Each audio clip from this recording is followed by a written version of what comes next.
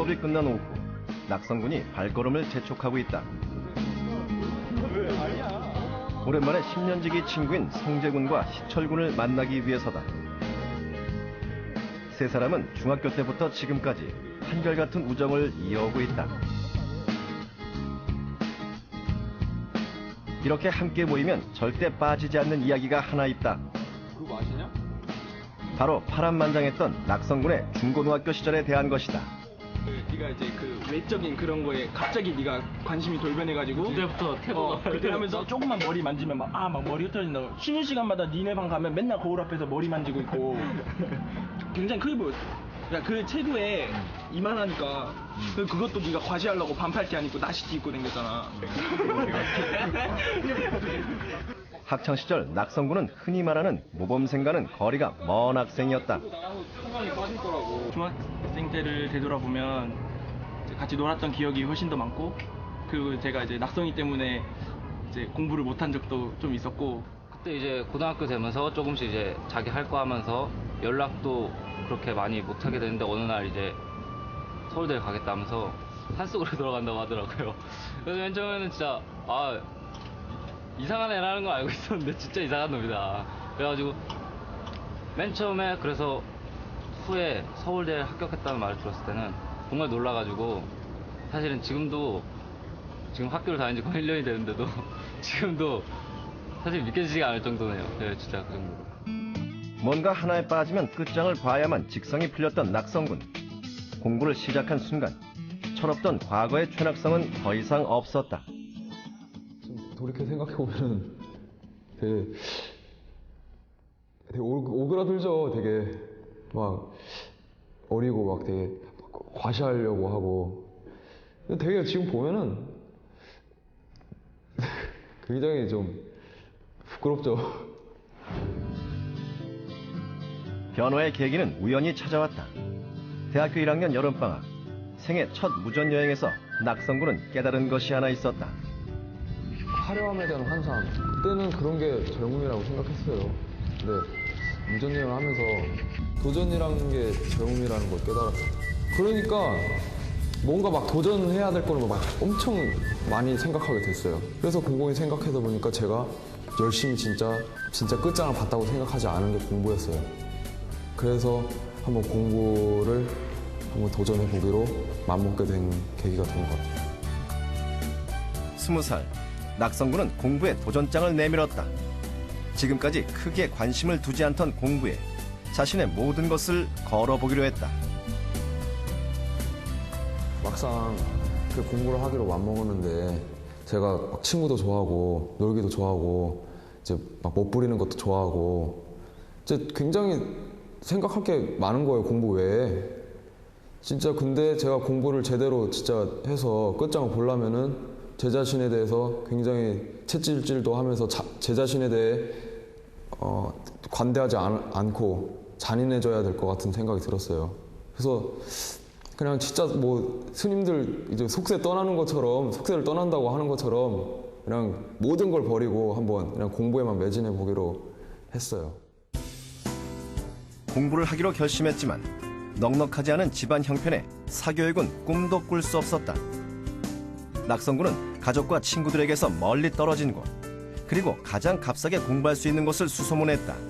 그렇게 찾아낸 곳이 바로 파름산 자락에 위치한 경북 상주의 한 고시원이었다. 낙성군이 온다는 이야기에 고시원 원장님은 일찍부터 마중 나와 있었다. 아유, 낙서야, 이거 잘하다. 너무 잘하다. 1년 만이죠. 진짜. 그래. 완전히 다르죠, 이제. 그래, 머리도 1년 만의 만남이지만 원장님에게는 낙성군에 대한 기억이 또렷했다. 낙성이가 작년 1월 달에 올 때 굉장히 공부를 해야 된다는 그런 의욕이 굉장히 많았었어요.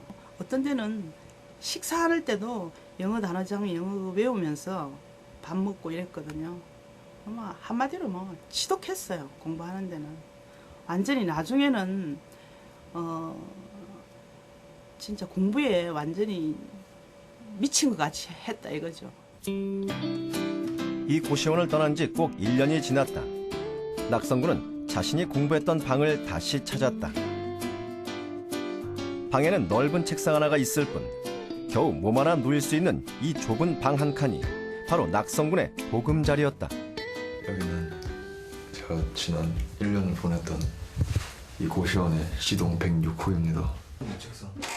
낙성군은 이곳에서 치열하게 보낸 하루하루가 지금의 자신을 있게 했다고 믿는다. 매일 아침 새벽 5시 눈을 뜨고 일어나는 순간부터 낙성군의 공부는 시작됐다. 혼자 공부하며 이따금씩 찾아오는 외로움은 공부의 가장 큰 적이었다. 하지만 그럴수록 낙성군은 더욱 공부에 매달렸다. 하루 14시간에서 18시간씩 책과 씨름하는 강행군에도 지칠 줄 몰랐다. 목표로 한 서울대 합격을 위해서는 더 치열하게, 더 독하게 공부해야 한다고 스스로를 채찍질했다. 사람들은 진짜 다 하나같이 미쳤다고 했어요. 그럴수록 저한테 더 가혹하게 해야 되는 것 같았어요. 그 목표를 이루기 전에 진짜 나는 없다라고 생각한 것 같아요. 또한 낙성군은 1분 1초도 허투루 쓰지 않았다. 돌무지 무덤, 무령왕릉, 사비시 공부를 하다가 암기가 필요한 부분이 생기면 낙성군은 해당 내용을 모두 녹음해 두었다. 굴식 돌방무덤, 벽돌무덤, 무령왕릉, 사비시기, 굴식 돌방무덤, 미륵사지석탑, 목서양식. 그리고 이동을 하거나 운동을 하는 자투리 시간에는 반드시 자신이 녹음한 내용을 들을 정도로 시간을 금쪽같이 활용했다. 불상가봉에 경주거리 석굴 입상, 금동미륵. 세상에서 가장 무거운 것이 눈꺼풀이라는 말이 있다. 낙성군 역시 공부할 때 가장 참기 힘든 것이 바로 잠의 유혹이었다. 시간은 한정돼 있는데 해야 할 공부는 많다 보니 갖은 방법을 동원해 졸음을 이겨냈다.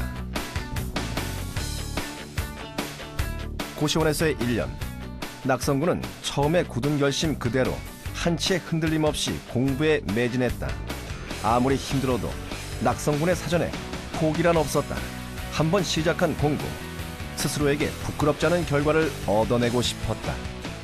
충실히 공부를 하고 6월 모의 평가를 봤어요. 근데 이제 다른 과목들은 어느 정도 올라와 있거나 그리고 어느 정도 방향을 제가 알 수 있을 정도였는데 언어 이거는 진짜 뭐 제가 시험을 치고 나서도 완전히 망한 것 같은 느낌이 들었고 이게 막 맞은 게 틀리고 틀린 게 맞고 그런 식이었어요. 언어는 진짜 도무지 감이 안 잡혔어요. 도저히 지금 뭘 해야 되는가. 정말 뭔가 전환이 필요하다고 생각했어요.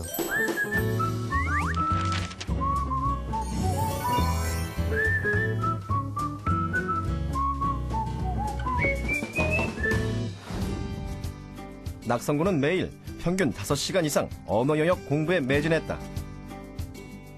기출문제 선택지를 보고 그것이 지문의 어느 부분에서 나왔는지 일일이 대입해보며 답을 찾아 나갔다. 마치 숨은 그림을 찾듯이 기출문제를 분석했던 것이다. 이런 식으로 낙성군은 1년 동안 17개년치의 기출문제 풀이를 8건이나 반복했다. 하지만 성적은 늘 제자리 걸음이었다. 제가 언어를 하고 있는 느낌은 전혀 들지 않았어요. 제가 무슨 글을 읽었는지 모르겠고 일단은 그래서 진짜 그냥 아무것도 여태까지 한 거랑은 완전히 다르게 제 신문만 제대로 보기로 했어요.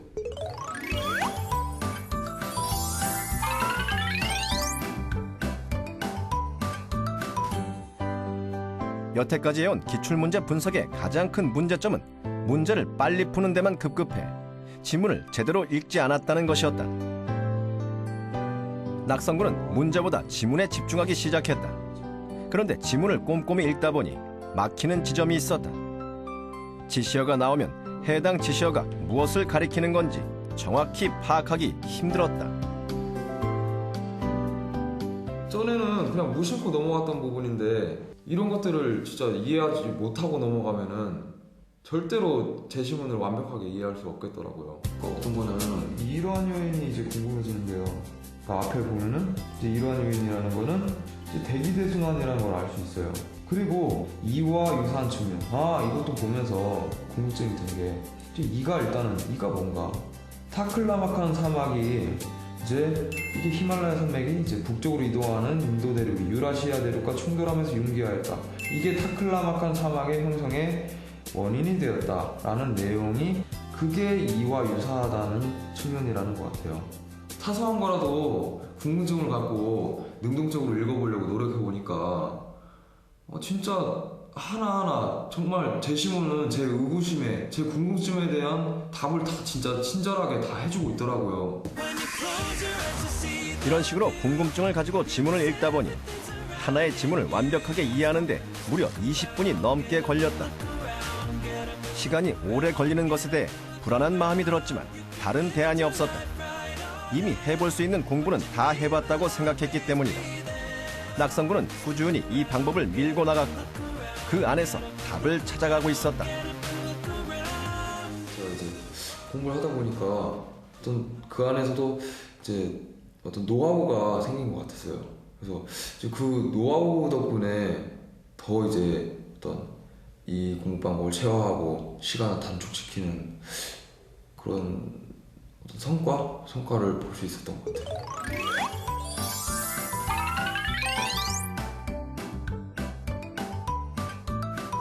첫 번째 노하우는 이렇게 글을 읽게 되니까 뒤에 나올 내용을 예측할 수 있게 되었어요.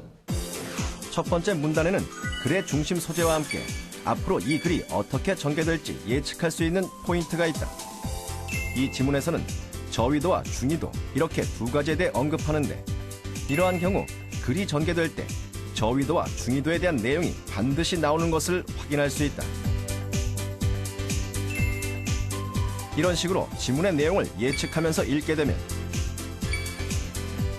지문 전체의 구조를 한눈에 파악할 수 있고 그것은 결국 지문의 체계를 이해하는 데 도움이 된다.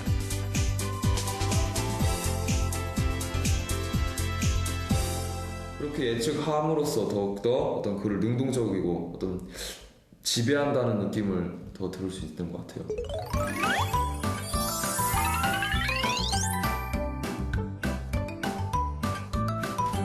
두 번째 노하우는 이제 앞부분의 내용을 이제 상기시키면서 읽는 거예요.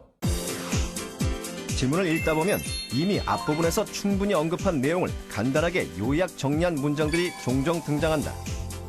그런데 긴 지문일수록 정보가 많을수록 머릿속에 염두에 두고 있지 않으면 중요한 내용임에도 지나쳐버리기 쉽다. 따라서 단어 하나도 그것이 의미하는 것이 무엇인지 앞에 나온 내용들을 떠올리면서 읽는 게 중요하다. 그러면 여러 번 반복되는 내용을 통해 지문의 내용이 확실하게 정리되고 또한 구체적인 내용까지 완벽하게 숙지할 수 있었다. 이렇게 상기시키며 읽다 보면 지문의 내용을 기억하는 데에도 도움이 된다. 이렇게 글을 예측함으로써 글을 장악하고 그리고 어떤 이제 상기함으로써 이제 머릿속에 잘 정리하고 기억에 잘 남게 되면은 이제 문제도 잘 풀리는 것 같아요. 이전에는 문제 하나를 풀 때 지문과 선택지를 왔다 갔다 하느라 바빴다. 하지만 지문을 완벽히 이해하고 나니 문제만 보고도 답을 고를 수 있었다. 무엇보다 문제를 풀고 난 후 확실히 맞았다는 확신이 생겼다. 이 놀라운 변화는 성적으로도 이어졌다. 그래서 이제 공인평가 채점 해보니까 98점 맞았어요. 그때. 진짜 되는구나 이런 생각을 했어요. 그러니까 저는 진짜 언어가 진짜 어렸을 때부터 막 책 많이 읽고 그런 진짜 선천적으로 좀 타고나야 막 그런 애들이 언어를 잘하는 줄 알았거든요. 그래서 저도 나는 왜 책을 안 읽었지 이런 생각을 했었는데 지금 이게 어떤 공부법의 전환이나 훈련으로도 가능하다는 거를 스스로 깨닫고 어떤 진짜 희망감과 환희에 차 있었어요 그때.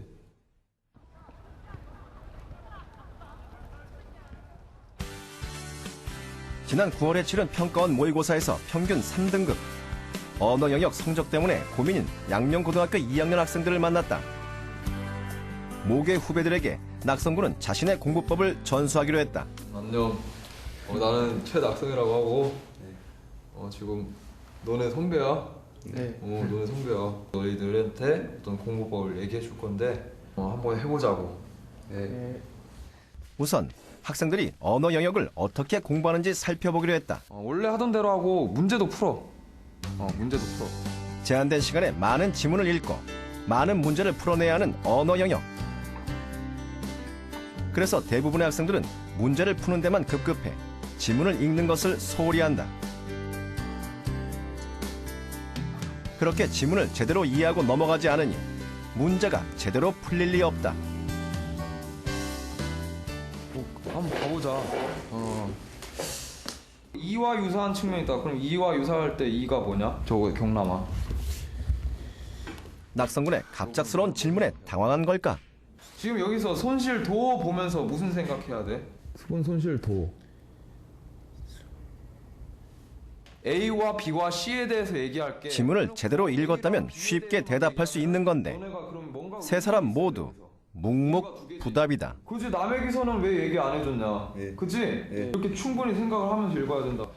내가 얘기했던 그런 어떤 지시어들 있지? 그런 것들을 너네가 한번 생각하면서 다시 한번 읽어봐봐. 낙성군의 조언대로 후배들은 모든 내용에 궁금증을 가지고 뒤에 나올 내용은 예측하고 앞에 나온 내용을 떠올리며 다시 한번 지문을 꼼꼼히 읽어 나갔다. 이거 1번인 것 같아요. 지문의 모든 내용을 명확하게 이해하니 이전에 잘못 푼 문제들을 바로잡을 수 있었다. 잘 풀었는지 한번 확인해보자.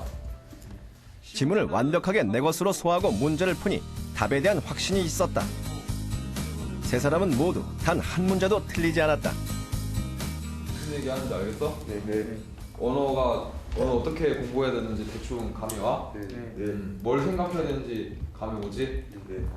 비문학을 자신 있었다고 생각했는데 오늘 보니까 제가 그 전까지 계속 그냥 숨은 그림 찾기만 하고 있었더라고요.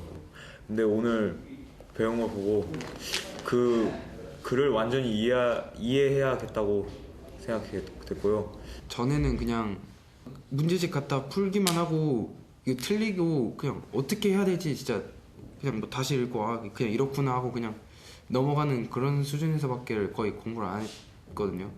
근데 이거를 진짜 어떤 식으로 봐야 되고 좀 문제 풀 때 뭐 이런 마인드라든지 그런 생각을 갖고 능동적으로 공부를 해야 된다든지 뭐 그런 거를 많이 알았던 것 같아요.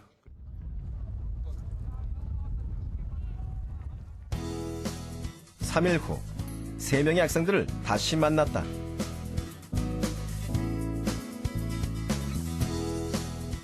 낙성군이 알려준 방법대로 언어 영역 지문을 완벽하게 읽는데 많은 노력을 기울인 상준군은 이 방법에 대한 확신이 생겼다. 한 문장 한 문장의 의미를 곱씹으며 지문을 보지 않고도 남에게 설명할 수 있을 정도로 지문을 꼼꼼히 읽었다. 그러자 문제를 풀 때 상당한 이점이 있었다. 문제 선택지를 보지 않고도 풀 수 있는 문제들이 있었던 것이다. 고도에 따라서 이산화탄소나 탄화수소 그런 배출량이 달라진다고 지문에 나와 있어서 여기를 보니까 그러면 고온 지역으로 올라가게 되면 산소가 줄고 그러면 이 일산화탄소와 탄화수소가 증가한다고 지문에 나와 있거든요. 그래서 이거는 선택지를 보지 않아도 충분히 풀 수 있었어요. 그러니까 자기가 생각한 답이 선택지에 딱 있으니까 얘 답이라는 확신이 딱 들잖아요. 그래서 되게 기분 좋았어요. 언어 영역 공부는 지문을 빠른 시간 내에 얼마나 정확하게 읽고 문제를 푸느냐가 관건이다. 그래서 상준군은 지문의 내용을 더 빨리 파악하기 위한 나름의 방법을 찾아냈다. 지문을 아무리 꼼꼼히 읽어도 이해가 안 되는 부분들은 생기기 마련. 그래서 상준군은 지문을 읽기 전에 문제를 먼저 보고 주요 내용을 파악했다. 지문만 먼저 읽고 시작하게 되면 처음 보는 내용은 이해하기가 힘들기 때문에 문제를 보고 시작하게 되면 유명인 모델이 등장하는 광고 효과라고 나와 있는 걸 보면 이 내용이 유명인 광고 모델이 등장한 광고 효과에 대해서 말하겠구나 라는 걸 알 수 있고 문제를 먼저 읽고 지문을 읽었더니 이게 중요한 부분이 다 보여서 이런 식으로 표시를 다 해놓고 그렇게 풀었더니 이제 문제 풀 때 도움이 많이 됐어요. 경남군 역시 지문을 정확하게 읽는 방법을 찾아냈다. 과학 지문은 경남군이 가장 어려워하는 지문이다. 지문을 이해하는데 너무 많은 시간이 걸리는 데다 생소한 용어가 나오면 지레 겁부터 먹곤 했었다. 그런데 과학 지문 같은 경우에는 한 가지 공통점이 있었다. 생소한 용어가 나오면 반드시 그에 대한 정의도 함께 언급된다는 것.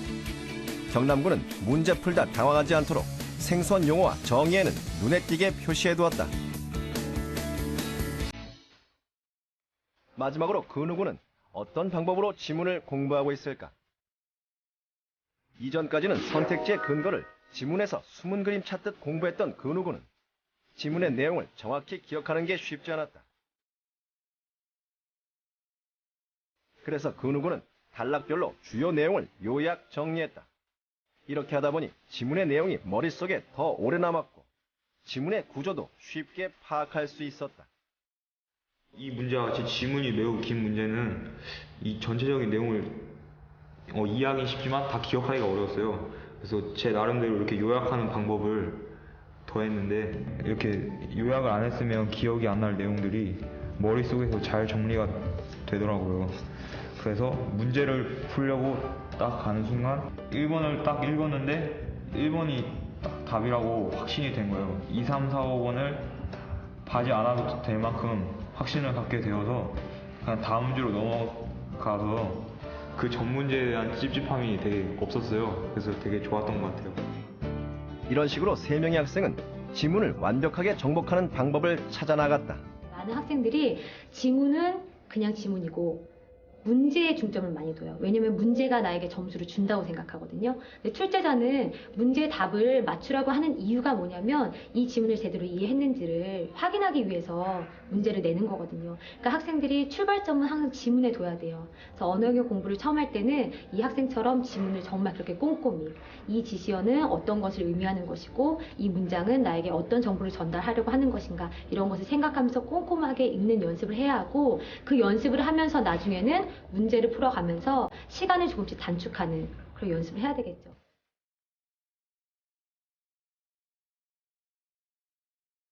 너무 늦었어도 아무리 힘들어도 포기하지 않고 도전했기 때문에 낙성군은 지금 그토록 바라던 꿈의 무대에 서 있다. 피할 수 없으면 즐겨라란 말 많이 쓰잖아요. 근데 저는 그 문장에서 굉장히 중요한 단계가 빠졌다고 생각해요. 뭐냐면 일단 피할 수 없으면은 독하게 맞닥뜨려서 거기에 미치고 거기에 미치다 보면은 언젠가는 즐기게 되는 거라고 생각해요.